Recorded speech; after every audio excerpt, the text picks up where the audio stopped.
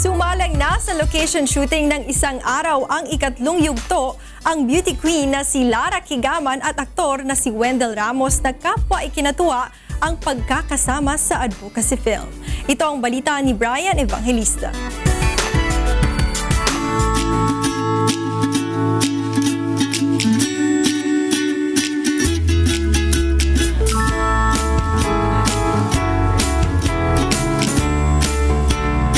Special ang third day of shooting ng isang araw ikatlong yugto dahil mamamalas mo dito ang spectacular view ng Taal Volcano na matatagpuan sa gitna ng lawa. Ayun, no?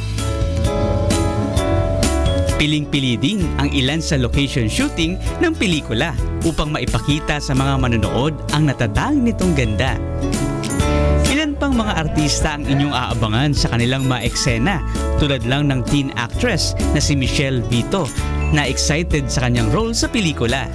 And I think maganda tong movie na to kasi hindi siya yung basta mababasa lang natin or sa social media. Ito kasi malawak so mas mapapaliwanag yung talagang nangyayari. Natuwa naman si Michelle dahil dito na rin niya na ipagdiwang ang kanyang 19th birthday. Kaya nagpapasalamat siya na maging bahagi ng proyektong ito.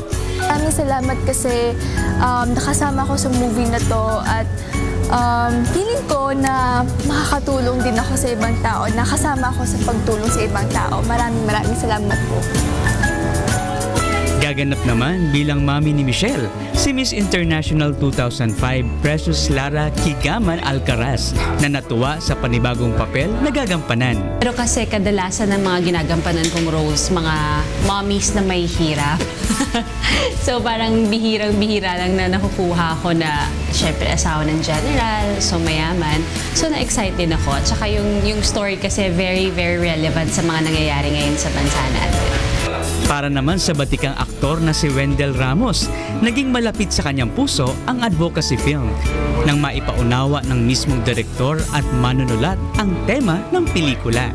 At ikinagagal ako na naging part ako this film. For me, it will be an honor para matutukan ako ni Kuya Daniel dito at magawa ko ng maayos yung gusto niyang gawin kong trabaho dito.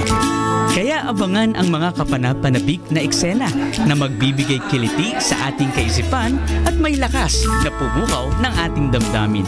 Brian Evangelista, UNTV News and Rescue, Philippines.